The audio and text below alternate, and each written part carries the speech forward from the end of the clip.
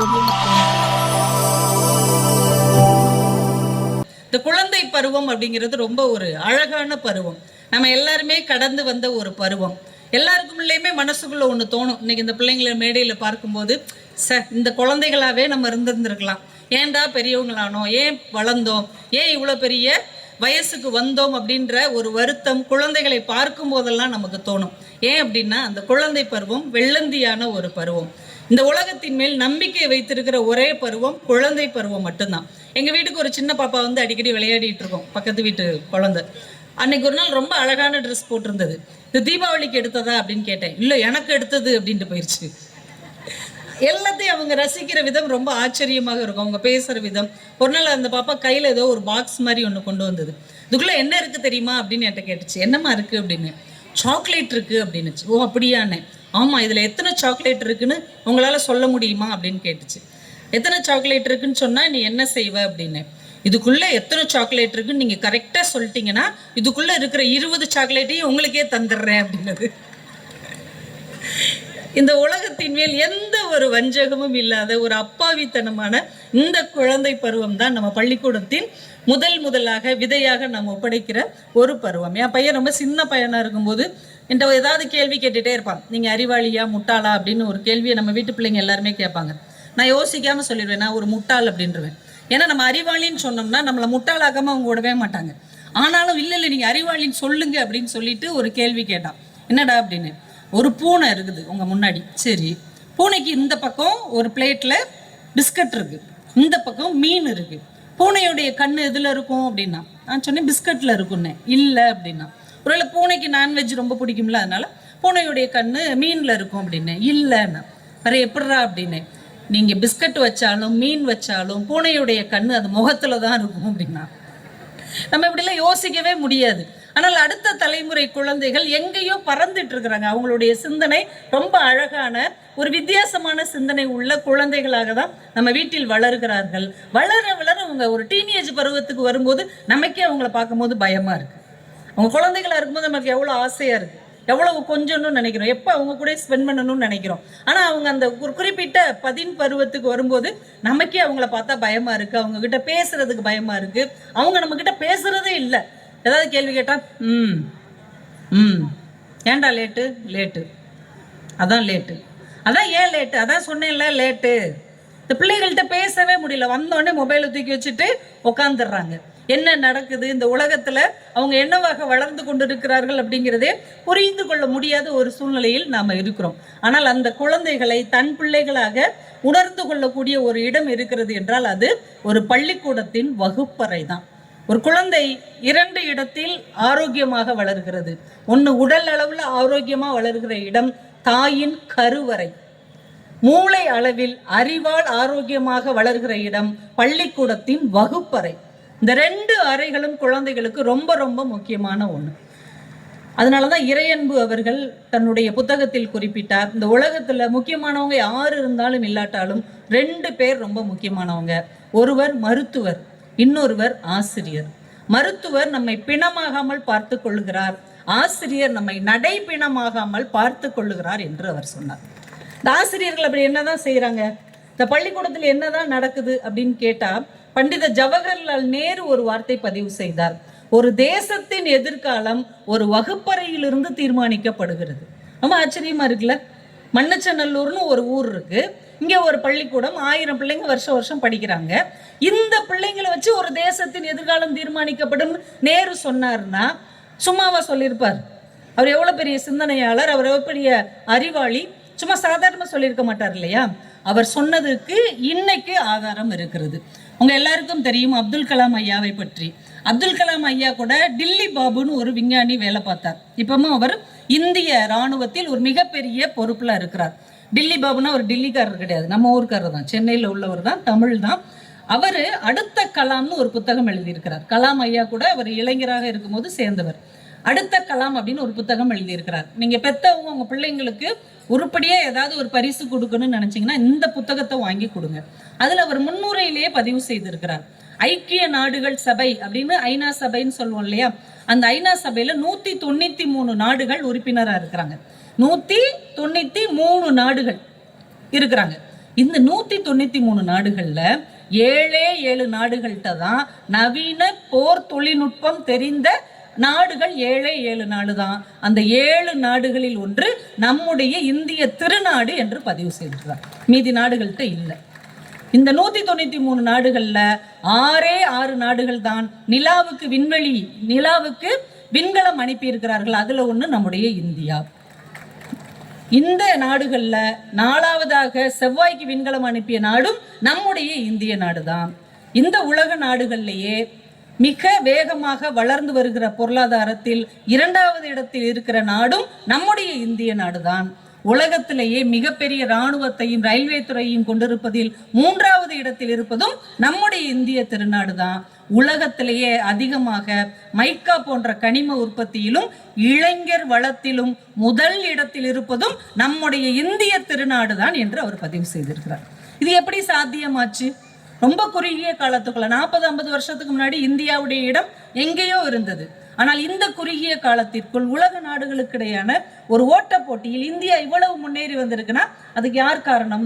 எது காரணம் என்றால் நம்முடைய மாணவர்கள், நம்முடைய பிள்ளைகள், நம்முடைய இளைஞர்கள் தான் காரணம்.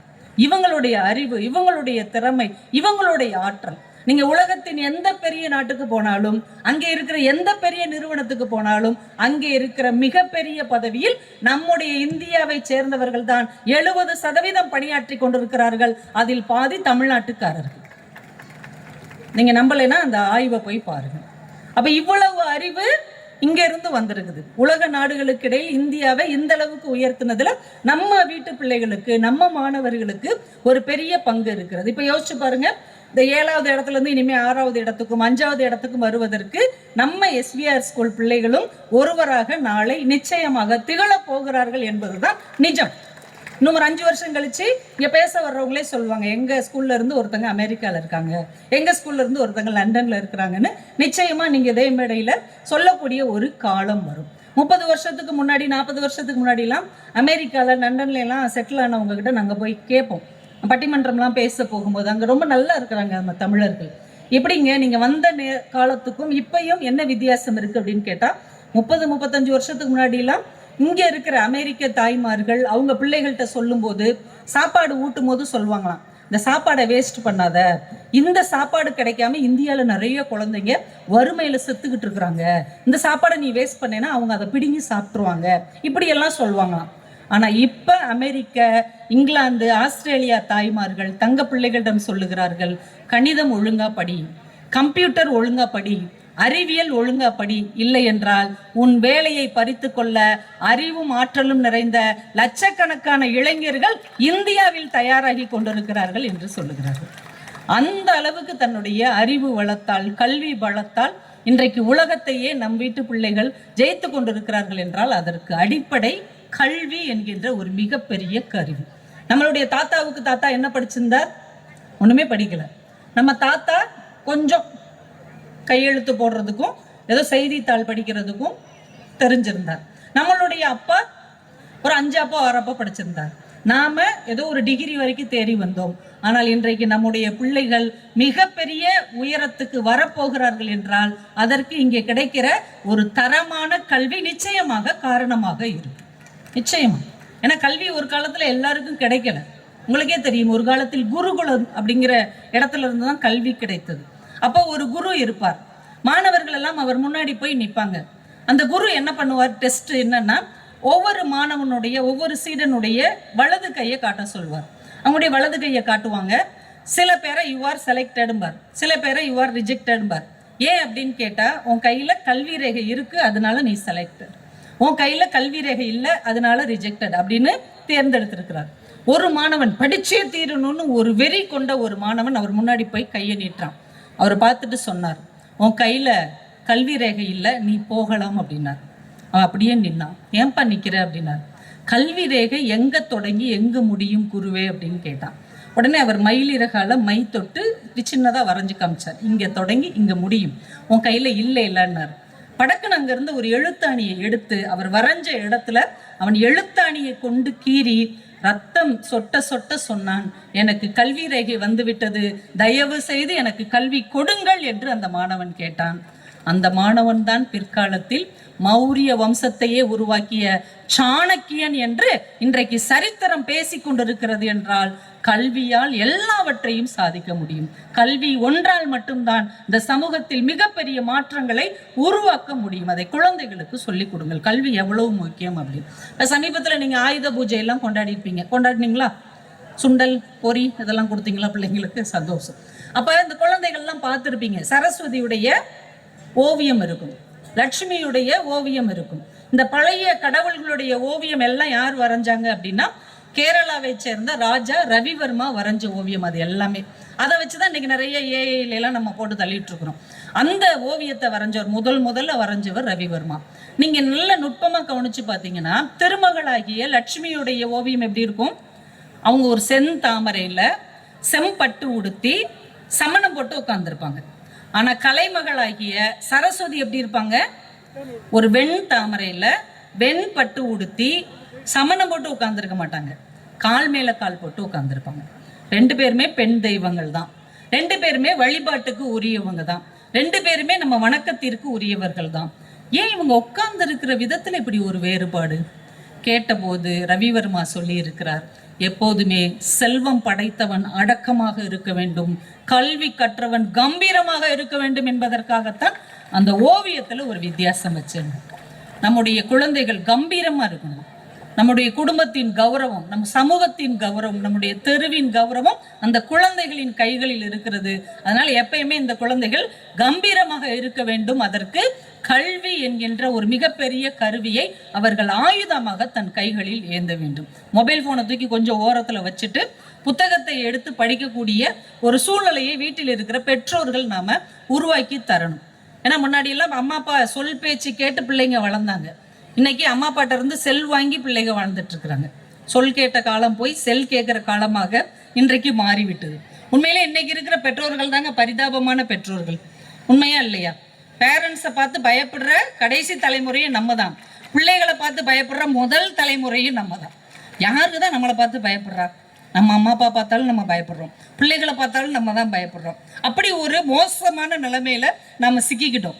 இந்த தலைமுறையை எப்படியாவது பிடிச்சு மேலே தள்ளி விட்டுட்டோம்னா அடுத்தடுத்த தலைமுறை நிச்சயமாக சரியாகிவிடும். அதற்கு பெற்றோர்கள், ஆசிரியர்கள், இந்த சமூகம், மாணவர்கள் எல்லாரும் சேர்ந்து ஒத்துழைப்பு கொடுக்க வேண்டும். இன்னொரு 5-10 வருஷம் அதுக்குள்ள எல்லாமே ரொம்ப சிறப்பான ஒரு நிலைக்கு மாறிவிடும். அது வரைக்கும் நம்ம எல்லாருமே கைகோர்த்து ஒன்றாக இந்த இளைய சமுதாயத்தை நகர்த்தி அடுத்த கட்டத்துக்கு கொண்டு செல்ல வேண்டிய காலகட்டத்தில் இருக்கிறோம். இவங்களாம் குழந்தைங்க தானே, இவங்களுக்கு என்ன தெரியும், இவங்களை வச்சு என்ன சாதிக்க முடியும்னு தயவு செஞ்சு நினைக்காதீங்க. மாணவர்களுக்கும் சொல்லுகிறேன், நம்மளாம் சின்ன பிள்ளைங்க தானே, நம்மளால என்ன செய்ய முடியும் அப்படின்லாம் நீங்க நினைக்காதீங்க.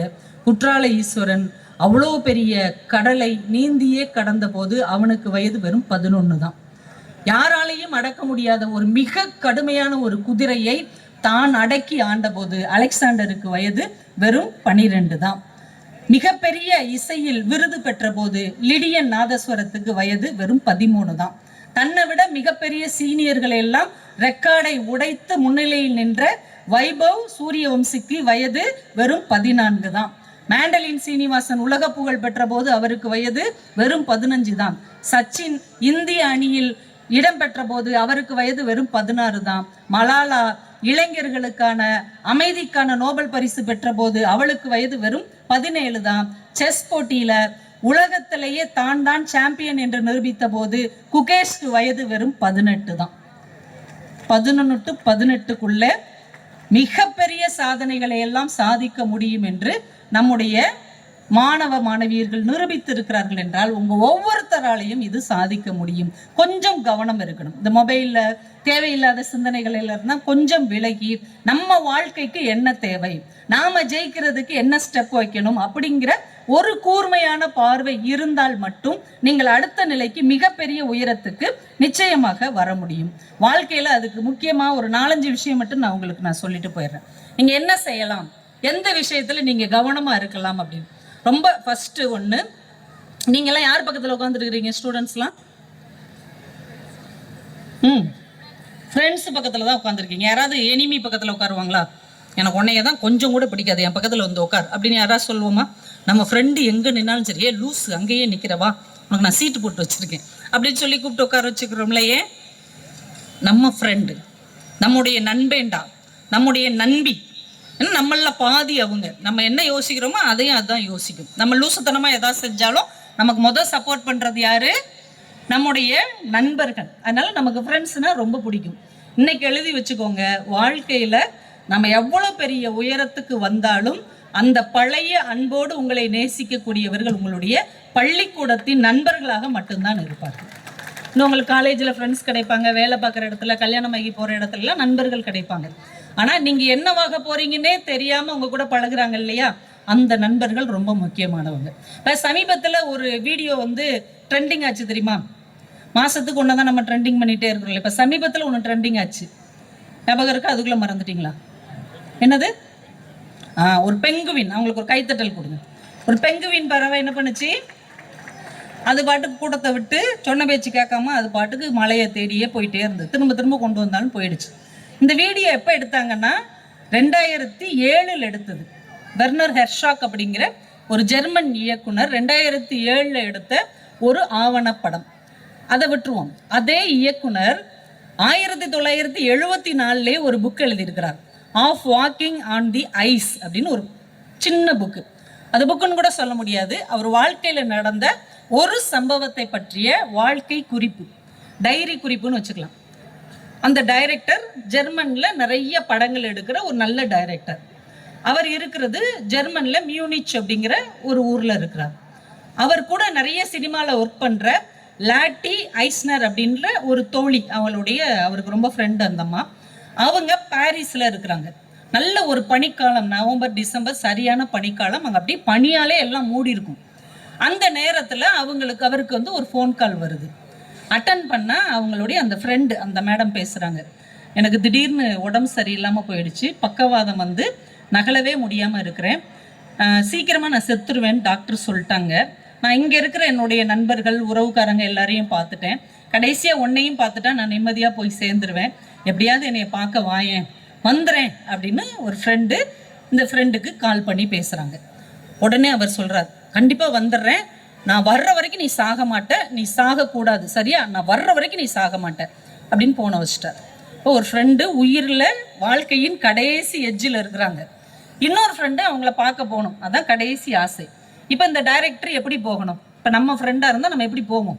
உயிர் தோழிக்கு ஒன்றும் முடியலை, சாக கிடக்குறாங்க, நம்ம எப்படி போவோம்? ஒன்று ஃப்ளைட்டு பிடிச்சி போவோம், இல்லை ட்ரெயின் பிடிச்சி போவோம், இல்லை ஒரு கார் பிடிச்சாது போவோம்ல. இந்த மனுஷன் என்ன பண்ணார்னா நடந்தே போனார். ஜெர்மனில் இருக்க மியூனிச்சில் இருந்து பாரிஸ்க்கு அந்த பனிக்காலத்தில் நடந்தே போனார். 3 வாரம் ஆயிருக்கு நடந்து போகிறதுக்கு. அந்த பனிக்குள்ளே நடந்து நைட்டு தூங்குறதுக்கு இடம் கிடைக்காம, சரியான சாப்பாடு கிடைக்காம, ஆனால் ஒவ்வொரு நிமிஷமும் தன்னுடைய தோழி உயிர் பிழைக்கணும் அப்படிங்கிற பிரார்த்தனையோடையே போகிறார். 3 வாரம் கழித்து அங்கே போய் சேர்றார். சில நாட்களில் இறந்து போயிடுவாங்கன்னு சொன்ன அந்த தோழி இவர் போய் கதவு தட்டுறார். அவங்களே கதவு திறக்கிறாங்க. எந்திக்கவே முடியாம படுத்திருந்தவங்க தன் நண்பன் 3 வார பிரார்த்தனையோடு நடந்து வந்த உடனே எந்திரிச்சு உட்காந்துட்டாங்க. நடந்து வருகிற அளவுக்கு ஆரோக்கியம் பெற்று விட்டார்கள். அதுக்கப்புறம் 10 வருஷம் அவங்க உயிரோட இருந்திருக்கிறாங்க. இப்ப நட்புங்கிறது என்னது? உயிர் காப்பான் தோழன்னு வெறுமனே சொல்வது அல்ல, நம்முடைய உள் அன்பு அவர்களுக்கு உண்மையிலேயே உயிர் கொடுக்க வேண்டும். அதுதான் உண்மையான நட்பு. அப்படிப்பட்ட ஃப்ரெண்ட்ஸா உங்க ஃப்ரெண்ட் இருக்காங்களான்னு பார்த்துக்கோங்க. ஏன்னா வள்ளுவன் தான் ரொம்ப அழகா சொல்வார், சுருக்கமாக. இவர் கூட ஜெர்மன் நாட்டுக்காரர். நகுதர் பொருட்டென்று நட்டல், மிகுதிக்கண் மேற்சென்று இடித்தல் பொருட்டு. நானே அர்த்தம் சொல்லிடுறேன், பயப்படாதீங்க. சும்மா கெக்க பிக்கேன்னு பக்கத்தில் உட்காந்து சிரிச்சுக்கிட்டு இருக்கிறவங்க நல்ல ஃப்ரெண்டு கிடையாது. நாம தப்பு செய்யும் போது யார் பலார்னு நம்மளை அரைஞ்சி திட்டி திருத்துறாங்களோ அவங்க தான் நல்ல ஃப்ரெண்ட்ஸ். அப்படி ஃப்ரெண்ட்ஸ் இருந்தால் பக்கத்தில் வச்சுக்கோங்க. என்ன செஞ்சாலும் சரி செய், சரி செய்யின்னு சொல்றவங்க நல்ல ஃப்ரெண்டு கிடையாது. உங்களை சரி செய்கிறவர் யாரோ அவர் தான் நல்ல ஃப்ரெண்ட். அப்படிப்பட்ட நல்ல ஃப்ரெண்ட்ஷிப் இருந்ததுன்னா அவங்கள இறுக பற்றி கொள்ளுங்கள். அப்படிப்பட்ட ஃப்ரெண்டு தான் உங்களுடைய வெற்றிக்கு துணை இருப்பாங்க, இல்லைன்னா ராங் ரூட்டில் உங்களை மாற்றி விட்டுருவாங்க. அதனால இந்த ஸ்கூல், இந்த பள்ளி பருவத்தில் நட்பு ரொம்ப ரொம்ப முக்கியம். நல்ல நட்பு ரொம்ப ரொம்ப முக்கியம். ரெண்டாவது, நமக்கு ரொம்ப முக்கியமான ஒருத்தங்க, நம்ம எல்கேஜி சேர்ந்ததுலேருந்து அல்லது ப்ரீகேஜி சேர்ந்ததுலேருந்து கல்லூரி முடிச்சு வெளியில் வர்ற வரைக்கும் நம்மளை கண்காணித்து கொண்டே ஒரு கூட்டம் இருக்கும். யார் அவங்க? இன்றைக்கி அவங்கள மாதிரியே வேறு நான் யூனிஃபார்ம் போட்டு வந்திருக்கேன். நான் கிளம்பும் போது சொல்கிறாங்க, நீங்கள் அந்த ஸ்கூலில் வேலை பார்க்குறீங்களா அப்படின்னு. ஆமாம், அன்றைக்கி சாயந்தரம் 2 மணி நேரம் மட்டும் அந்த ஸ்கூலில் நான் வேலை பார்க்குறேன் அப்படின்னு. யார் அவங்க? நம்முடைய ஆசிரியர்கள். இந்த உலகத்திலேங்க எத்தனையோ வியாபாரம் இருக்கு, எத்தனையோ தொழில் இருக்கு, எத்தனையோ வணிகம் இருக்கு. ஆனா உலகத்திலேயே யாரோ பெற்ற பிள்ளையை என் பிள்ளை என்று சொல்லக்கூடிய உரிமையும் தகுதியும் பெற்ற ஒரே இனம் ஆசிரியர் இனம் மட்டும்தான்.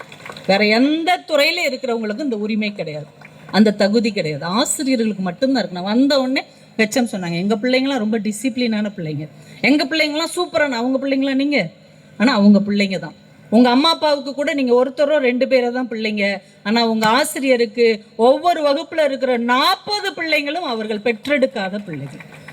நீங்க நல்ல மார்க் எடுத்து நீங்க நல்ல உயரத்துக்கு வந்தீங்கன்னா அவங்க பெற்ற பிள்ளைகளை விட தன்னிடம் கற்ற பிள்ளைகளை அதிகம் கொண்டாடுகிறவர்கள் ஆசிரியர்களாக மட்டும்தான் இருப்பார்கள். தயவு செஞ்சு குழந்தைங்க அதை புரிஞ்சுக்கோங்க.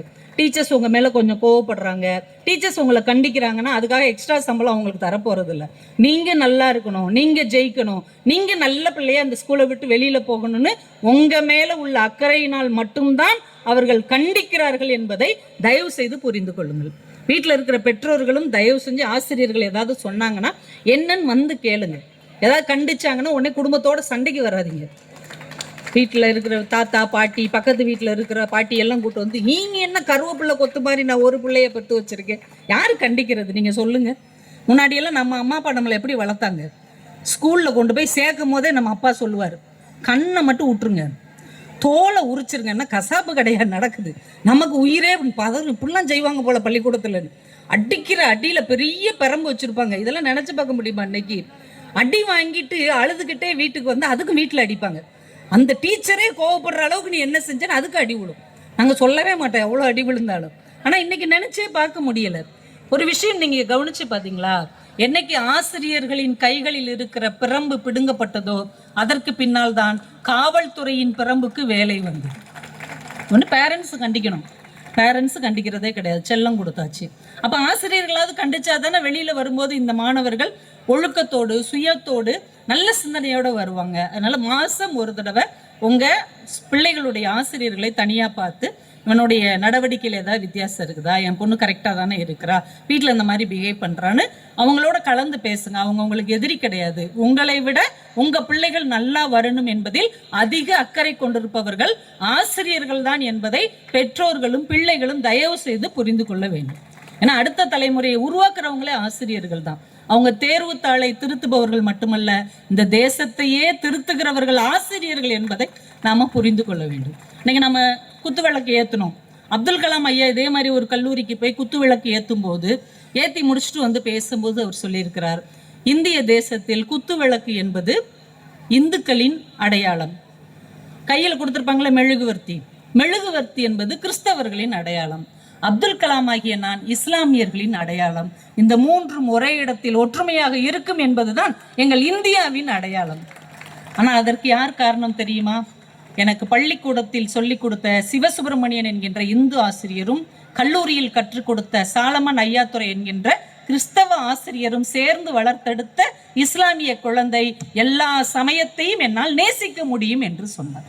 அப்ப ஆசிரியர் கைகளில் தான் ஒரு மாணவனுடைய உயர்ந்த சிந்தனை இருக்கிறது என்பதை பெற்றோர்களும் மாணவர்களும் புரிந்து கொண்டீர்கள் என்றால் நம்ம பிள்ளைங்க இன்னும் ஒருபடி மேலே உயர்ந்து வருவார்கள் என்பதை நம்ம தயவு செஞ்சு புரிஞ்சுக்கணும். ஒரு மனித நேயத்தை, ஒரு சமய சார்பற்ற ஒரு சிந்தனையை, அவங்களுடைய திறமையை யாரால வளர்க்க முடியும்னா ஆசிரியர்களால தான் வளர்க்க முடியும். மகாகவி பாரதி என்கின்ற ஒரு அற்புதமான மனிதன் நமக்கு கிடைச்சதுக்கு காரணமே ஒரு ஆசிரியர் தான். அவங்க அப்பாவுக்கு என்ன ஆசை அப்படின்னா, பாரதி ஒரு ஆங்கில ஆசிரியன் ஆகணும், ஒரு கணிதத்தில் அவன் எக்ஸ்பர்ட் ஆகணும் அப்படின்னு தான் அவர் ரொம்ப ஆசைப்பட்டார். பாளையங்கோட்டையில் கொண்டு போய் பள்ளிக்கூடத்தில் உட்கார வச்சுட்டு வந்துட்டார். மேத்ஸ் படி அப்படின்னு. கணித வகுப்பில் உட்காந்துருக்கிறார். நம்மால் கணக்கே அவருக்கு பிடிக்காது. ஒரு கணக்கை எழுதி போட்டு ஆசிரியர் ஆன்சர் எழுதுங்க அப்படின்ட்டார். எல்லாம் ஆன்சர் எழுதிக்கிட்டு இருக்கிறாங்க. நம்மால் எனக்கு கிறுக்கி வச்சிருக்கிறார். வாங்கி எடுத்து பார்த்தா கணக்கு எனக்கு பிணக்கு ஆமணக்குன்னு எழுதி வச்சிருக்கிறார். வாத்தியார் அப்படியே பார்த்தார், உனக்கு கணக்கு வராது, ஆனா கவிதை வரும், நீ தமிழ் வகுப்புக்கு போ என்று அந்த ஆசிரியர் தான் பாரதியை தமிழ் வகுப்புக்கு அனுப்பி வைத்தார். அதனால் தான் நம்முடைய தமிழ் மண்ணுக்கு ஒரு யுக கவிஞன் கிடைத்தான் என்றால் அந்த பிள்ளைகளை நீங்கள் பிள்ளைகளாகத்தான் பார்க்கிறீர்கள். அவர்களுக்குள் இருக்கிற விஞ்ஞானியை, ஒரு விளையாட்டு வீராங்கனையை, கவிஞனை, ஓவியனை, இயக்குனரை, பாடகனை கண்டுபிடிப்பது ஆசிரியர்களாகத்தான் இருக்க முடியும் என்பதை நாம உணர்ந்து கொண்டோம் என்றாலே நம்ம பிள்ளைங்களுடைய எதிர்காலம் இன்னும் அழகா இருக்கும். ஆசிரியர்கள் 2வது. 3வது, இந்த குழந்தைகளுக்கு சொல்றேன், உங்க வாழ்க்கையில இன்னொரு ஒரு முக்கியமான மனிதர் இருக்கிறார். நிறைய சினிமாலாம் பார்ப்பீங்க தானே?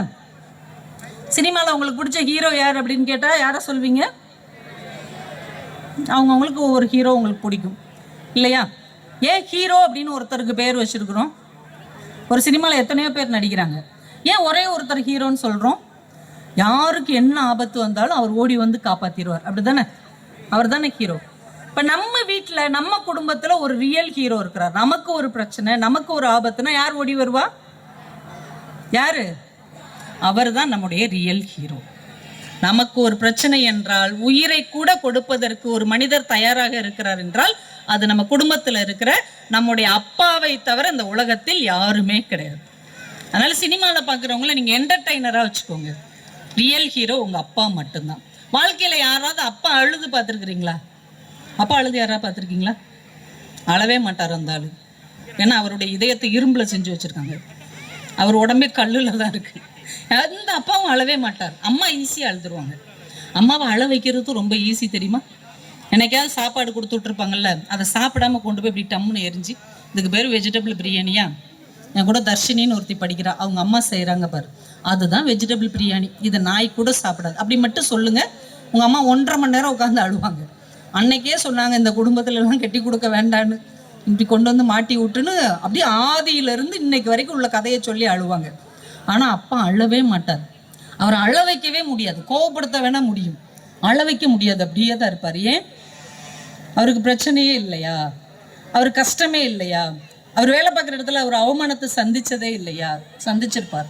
நிறைய கஷ்டத்தை பார்த்துருப்பார், நிறைய துயரங்களை மனசுக்குள்ள வச்சிருப்பார். ஆனால் தன் குடும்பத்துக்கு முன்னாடி, பிள்ளைகளுக்கு முன்னாடி அழவே மாட்டார். ஏன் தெரியுமா? தன்னுடைய ஒரு சொட்டு கண்ணீர் அந்த குடும்பத்தின் மகிழ்ச்சியை குலைத்து விடக்கூடாது என்பதற்காக எல்லாத்தையும் தனக்குள் புதைத்து கொள்ளுகிற ஒரு தியாகி தான் நம்முடைய அப்பா என்பதை பிள்ளைகள் தயவு செஞ்சு புரிஞ்சுக்கணும். நீங்க ஈஸியா வாங்கிட்டு போற 100 ரூபாய், 500 ரூபாய், 1000 ரூபாய்க்கு பின்னால் உங்க அப்பாவுடைய அயராத உழைப்பு இருக்கிறது, அவருடைய வியர்வை இருக்கிறது, அவருடைய கண்ணீர் இருக்கிறது, அவருடைய சில சொட்டு இரத்த துளிகள் இருக்கிறது என்பதை பிள்ளைகள் புரிந்து கொள்ள வேண்டும். உங்க அப்பாவுக்கு ஒரு நல்ல பேர் நீங்க வாங்கி கொடுத்துடணும். ஏன், ஏற்கனவே நல்ல பேர் தானே அவருக்கு வச்சிருக்காரு அப்படின்னு சொல்லக்கூடாது. நீங்க படிச்சு முடிச்சு, கல்லூரி முடிச்சு வெளியில வர்ற வரைக்கும் உங்க பையனா சார், நல்ல பையன் சார், உங்க பொண்ணா அருமையான பொண்ணு பெத்து வச்சிருக்கிறீங்க அப்படிங்கிற ஒரு விருதை எங்க அப்பாவுக்கு நான் வாங்கி தருவேன்னு சொல்ற பிள்ளைங்கள் ஒரு பெரிய கைத்தட்டல் கொடுங்க பார்ப்போம்.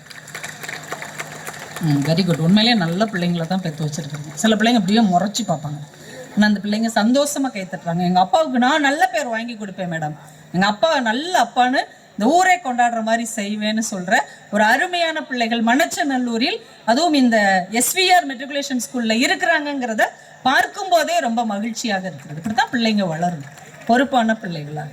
ஏன்னா அப்பாவை நம்ம எப்படி உயர்த்த முடியும்? நிறைய அப்பாக்கள் பெருசா படிச்சிருக்க மாட்டாங்க, ஒரு சாதாரண வேலையில இருப்பாங்க, ஒரு எளிமையான குடும்ப பின்னணியிலேருந்து வந்திருப்பாங்க. அவங்கள உயரத்துக்கு கொண்டு வருவதற்கு யாரால முடியும்? பிள்ளைகளால தான் முடியும். பஞ்சாப்ல ஜலந்தர் அப்படின்னு ஒரு மாவட்ட நீதிமன்றம், 24 வயசுல ஸ்ருத்தின்னு ஒரு பொண்ணு நீதிபதி ஆயிட்டாங்க. 24 வயசுல நீதிபதி ஆகிறது ரொம்ப பெரிய விஷயம். கோர்ட்டே வாசல்ல வந்து நிக்குது, அவங்கள வரவேற்கிறதுக்கு மாலையோட மரியாதையோட. கார்ல வந்து அந்த நீதிபதி இறங்குறாங்க, 24 வயசு நீதிபதி.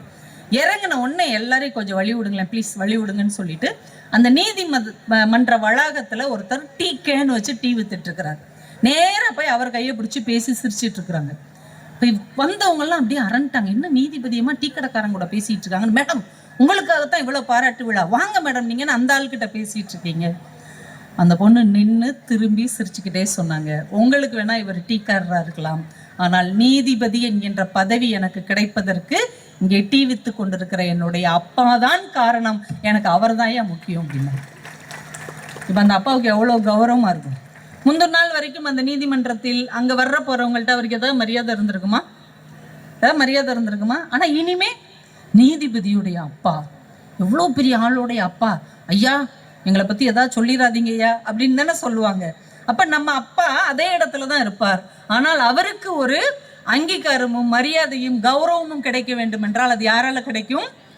பிள்ளைகளாகிய உங்களால் மட்டும்தான் கிடைக்கும் என்பதால் நீங்க ஜெயிச்சா உங்க அப்பா ஜெயிச்சு மேடை ஏறுவார் என்கின்ற எண்ணத்தோடு தயவு செஞ்சு படிங்க. நம்ம வாழ்க்கையில இன்னொரு கேரக்டர் இருக்கு. யார் அது? யார் அவங்க? நம்ம ஹீரோயின் நயன்தாரா. அப்படியா? நம்ம ஹீரோயின் யாரு? இந்த உலகமே நம்மளை பத்தி குறை சொன்னாலும், உலகமே நம்மளை பத்தி தப்பா சொன்னாலும், என் பிள்ளைய பத்தி எனக்கு தெரியும், ஆடி போய் ஆவணி வந்தா அவன் டாப்பா வருவான் அப்படின்னு சொல்றது யாரு? நம்ம அம்மா தான். இந்த உலகத்தில் யார் என்ன சொன்னாலும் தன் பிள்ளை மேல் உண்மையான அன்பு வைத்திருக்கிற ஒரே ஆத்மா நம் வீட்டில் வாழ்ந்து கொண்டிருக்கிறது என்றால் அது உங்க அம்மாவை தவிர வேற யாரும் கிடையாது. நீங்க கோயில்ல போய் சாமி கும்பிடுறீங்கல்ல, சர்ச்சில் போய் சாமி கும்பிடுறீங்க, மாஸ்கில் போய் வழிபாடு செய்றீங்க, யாராவது கடவுளை நேரில் பார்த்துருக்குறீங்களா? யாராவது பார்த்துருக்குறீங்களா? பார்க்கணும்னு நினைச்சீங்கன்னா இன்னைக்கு பாருங்க, உங்க அம்மாவை பாருங்க. உங்களுக்காக தன் வாழ்க்கையின் எல்லா கனவுகளையும் தூக்கி எறிந்து விட்டு என் பிள்ளைகள் ஜெயித்தால் போதும் என்று உங்களுக்காக வாழுகிற ஒரு மிகச்சிறந்த ஜீவன் தான் உங்களுடைய அம்மா என்பதை நீங்கள் புரிந்து கொண்டு அவங்களுக்காக படிங்க. புத்தகத்தை நீங்கள் எடுக்கும்போது உங்க அப்பா முகமும் உங்க அம்மா முகமும் அதிலே தெரிய வேண்டும். உங்களுடைய பள்ளிக்கூடத்தின் வெற்றி அதுல தெரியணும். உங்களுக்காக உழைக்கிற உங்க ஆசிரியர்கள் முன்னாடி வரணும். உங்க கூடவே நின்று ஜெயிக்க காத்திருக்கிற உங்க நண்பர்கள் ஞாபகத்துக்கு வரணும். இந்த 4 பேருக்காக நீங்க படிக்கணும். யாருக்காக படிக்கணும் நீங்க கேட்டீங்கன்னா இந்த 4 பேருக்காக படிக்கணும். அது மட்டுமல்ல, நீங்க ஜெயிச்சா யார் ஜெயிப்பாங்க தெரியுமா? நான் தொடக்கத்துல சொன்னேன்ல, இந்தியா ஜெயிக்கிறதுக்கு யார் காரணம்னு. அரபு நாடுகள் எல்லாம் பெட்ரோல் வளத்தை நம்பி ஜெயித்து கொண்டிருக்கிறது.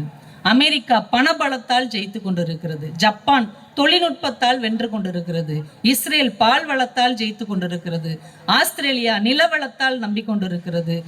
சோவியத் ரஷ்யா கூட்டு பண்ணைகளால் ஜெயித்து கொண்டிருக்கிறது. சுவிட்சர்லாந்து கடிகாரத்தால் முன்னேறி கொண்டிருக்கிறது. இந்தியா மட்டும்தான் இளைஞர்களாகிய உங்களை நம்பிக்கொண்டிருக்கிறது. இந்தியாவின் ஒரே பலம், ஒரே வளம் இளைஞர்களாகிய மாணவர்களாகிய நீங்கள் தான். நீங்கள் ஜெயித்தால் இந்தியாவே ஜெயிக்கும். நீங்கள் ஜெயித்தால் தமிழ்நாடு ஜெயிக்கும். நீங்கள் ஜெயித்தால் உங்கள் குடும்பம், உங்கள் பள்ளிக்கூடம், உங்கள் நண்பர்கள் அத்தனை பேரும் ஜெயிப்பார்கள். அதனால இந்த படிச்சு முடிச்சு வெளியில போற வரைக்கும் கல்வியை தவிர வேற எதிலும் கவனம் செலுத்தாதீர்கள். இன்னும் கொஞ்ச நாள் தான் எக்ஸாமுக்கு இருக்கு. நல்லா சாப்பிடுங்க, நேரத்துக்கு தூங்குங்க, முடிஞ்ச அளவு அதிகாலை எழுந்து படியுங்கள். உங்க வாழ்க்கையை இனிமே இப்ப கூட ஒன்றும் கெட்டு போகல. இருக்கிற இந்த 1-2 மாசத்துல நீங்க இன்னும் கவனமாகவும் என் வாழ்க்கையை என்னால உயர்த்த முடியும் என்கின்ற நம்பிக்கையோடும் நீங்கள் ஒரு அடி எடுத்து வைத்தால் வெற்றி உங்களை நோக்கி 100 அடி எடுத்து வைக்கும் என்று சொல்லி நீங்கள் காணுகிற எல்லா நல்ல கனவும் அப்படியே பழிக்க வேண்டும் என்று உங்கள் அத்துணை பேரையும் வாழ்த்தி பெற்றோர்களுக்கும் ஆசிரியர்களுக்கும் கல்வி குழுவத்துக்கும் நன்றிகளையும் வணக்கங்களையும் தெரிவித்து விடைபெறுகிறேன். நன்றி, வணக்கம்.